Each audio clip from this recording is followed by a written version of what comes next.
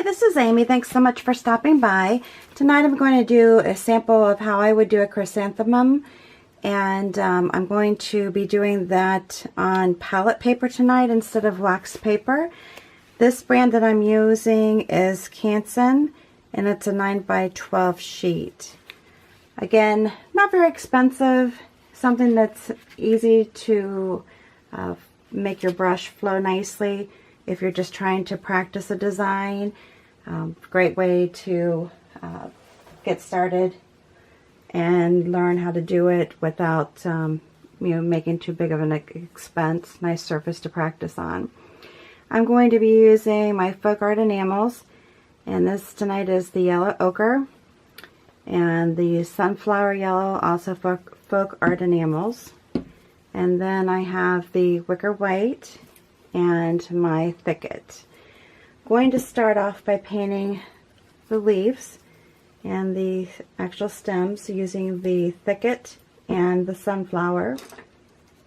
Brushes tonight I'm using are a flat brush, which is the number 12. Again, these are my one-stroke brushes, which I really love. And then the 3/4 inch flat brush. And then this one is a low cornel, which is a filbert brush, the 7500 filbert brush, and I'm going to be using that to make the petals of the flower. Alright, so let's get started.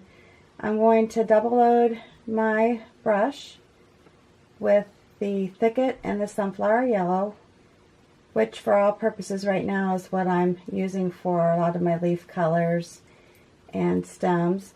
I actually really like the combination of Thicket and forest moss, but I'm out of the forest moss and need to order some new. So that's why I'm not using that right now. So I'm going to get started with doing the start of my stems. I'm just going to do three flowers today, or three, I don't know how I should say, 3 actual flowers instead of, they're not different flowers, but kind of like what I did before with the daffodils. And again, I'm using yellows. It's like I try to do different colors and I end up going back to the same colors that I have been using in the past videos. Sorry about that. Alright, so let's just kind of get these started here. And I am going to start out too by putting my actual leaf petals on. And I'm going to be using the 3/4 inch flat brush to start off with. Just because at the base I'm going to be doing some larger petals. And again, one thing nice about actually doing something on paper as opposed to something stationary like a wall is that you can turn it as you're going.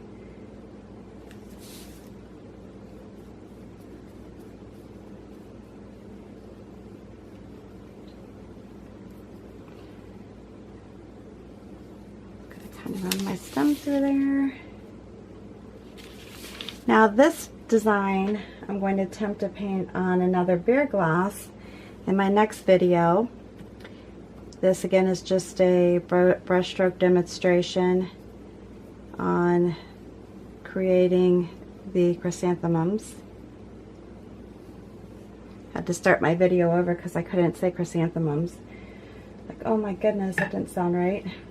Now I'm going to switch to my smaller flat brush, the number 12, and then just add in some little petals, up the stems here.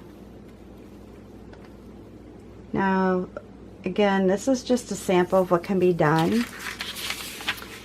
Whatever technique in painting you use, you don't have to use the same technique I'm using, but this is just a simple design that can be created on glassware. If you want to use it for any kind of project that you're doing, whether it's on wood or whatnot, it doesn't really matter. It's up to you. And there's so many variations of leaves that can be made. You're not really limited to one style. You can mix it up. Or if you want to be more exact, you know, study the flower, get some pictures, and actually use a picture as an inspiration if you choose to do so. And I am just actually looking at books that I have and doing designs that are similar to that, but my style. Again, you just put your own twist on it. You know, it doesn't have to be exact. And it surely doesn't have to be perfect, because I know none of mine are. But this is just the way I paint, and I want to share it with you. Alright, so next I'm going to get started using the yellow ochre and the sunflower double loaded on my filbert brush. You can also do this flower with a flat brush if you choose to do so. I mean, that again is perfectly fine. But for me, I am just using the filbert because I like the style of petals that it makes, especially for this type of flower. And that's, you know, really the only reason that I'm doing it like this. And this is just going to become my first, actually the back row of petals for my flower, and I will build on it, but very quickly. I don't really like things that take too long to do. I have a really short patience on that. And I'm just kind of pushing the brush and twisting it a little bit. And meaning when I say push, it's like pushing it down and then kind of giving it a little twist. Because I like the look of it being a little bit smaller at the end, meaning towards this direction, a little bit fatter at the tip.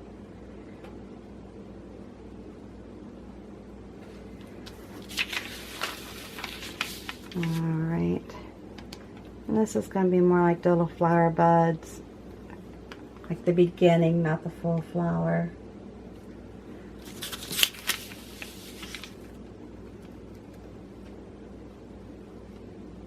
Like I said, the paint just flows so nicely on this palette paper. And you can also use the palette paper, obviously, as your painting palette, if you want. Now, you can throw in another color of yellow. I, unfortunately, for some reason, do not know what I did with the yellow that I had. But I'm going to have to be creative with mine as far as the layering, because you want it to be, you know, to show up. So I'm going to start with my next row having Wicker White, and then some of the sunflower yellow. And I actually tapped my brush into the green for whatever reason. Who knows? I do not know. And if you want, you can do it more of a straight, or you can make more curvy leaves to it, to the actual flower petals. Right now I'm just starting a kind of straight lined. Probably put a little bit more twist in it here in a minute. I don't know about your life, but my life is pretty busy, and it's hard for me to have time to really come up with some neat designs. But I think it would be fun just to actually study some actual real flowers and paint from that, as opposed to painting from pictures. But see the contrast there, you can actually, yeah, it shows up. The only thing I'm always worried about when I'm doing a painting is, you know, if you get the colors too close together, then it's kind of hard to decipher. You know, is it just one blob, or is it an actual flower with different colors in it? If that makes sense. And really, like I said, this is not difficult. You can do this on any type of a project, but you know, the brush strokes are just, you know, pretty easy. And as I've mentioned before, and I truly feel this way, is as you paint, you're going to create your own style of painting. So don't be too hung up, or get too hung up on, well, mine doesn't look like yours. Of course it doesn't. We're not the same people.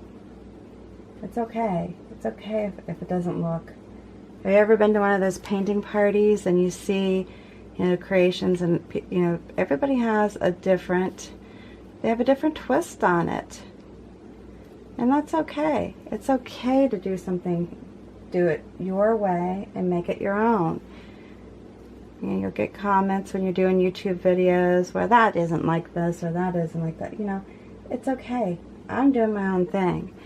I've painted for a long time and just kind of do a combination of things that I've learned. And it may not be exact to something that you've learned how to do or how you've learned how to do something. That's okay. I don't care, you know.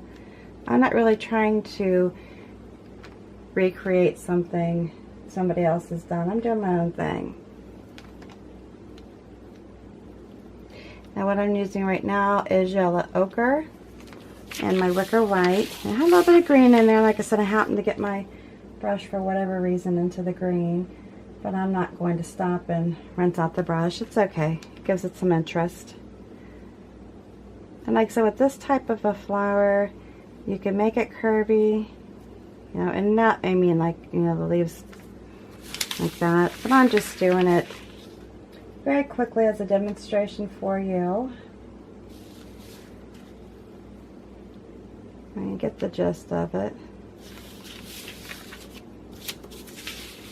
Like I said, you can see with the way I'm doing this that you can still see the different layers of flowers.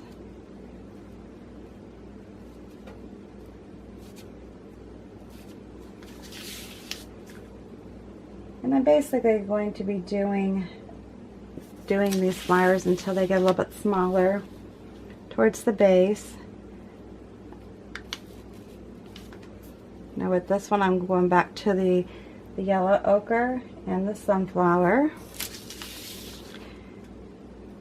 And again, apologize, and I know I keep saying this, but I am still trying to perfect my new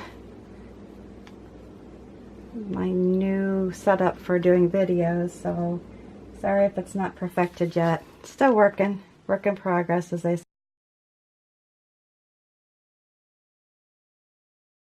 say. I tried to mark my sheet here so I knew where I needed to stay within, or for the purpose of creating the video. Okay, so now this last set of petals to me has started to get to where it's hard to decipher. So I'm just going to throw a little bit of white in there.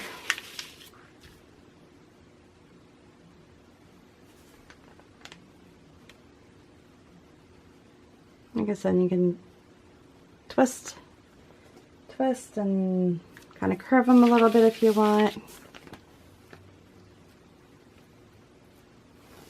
That one's kind of hard to distinguish too.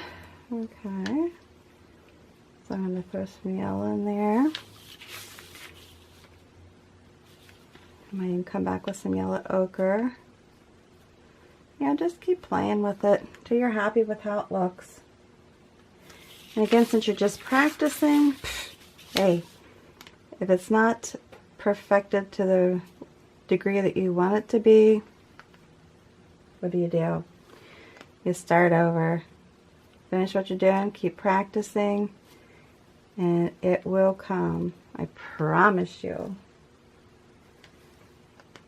And that can be frustrating at times because, like I said before in my other videos, I'm trying to teach myself how to do palette painting just by watching videos. And it's like, I'm getting a little frustrated with it because I feel like mine all look like blobs. You know, when I'm watching these artists do their paintings and they all look amazing and mine don't. I'm just like, oh my gosh. That looks ridiculous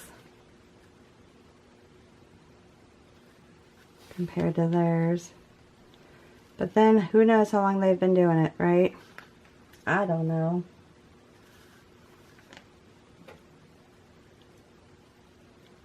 Okay.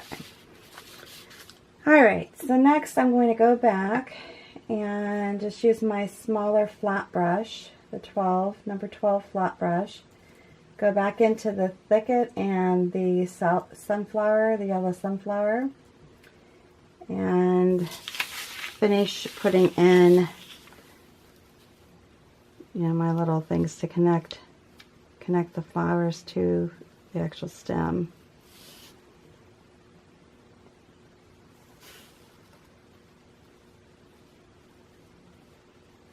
I'm just trying to blend it in a little bit to make it look like I just didn't stick it on there.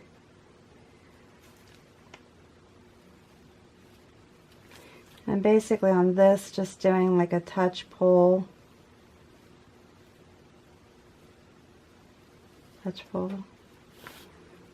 And if you want it to be more distinguishable as far as like the darker green and the yellow, and you can keep building on it if you want. I'm pretty happy with that.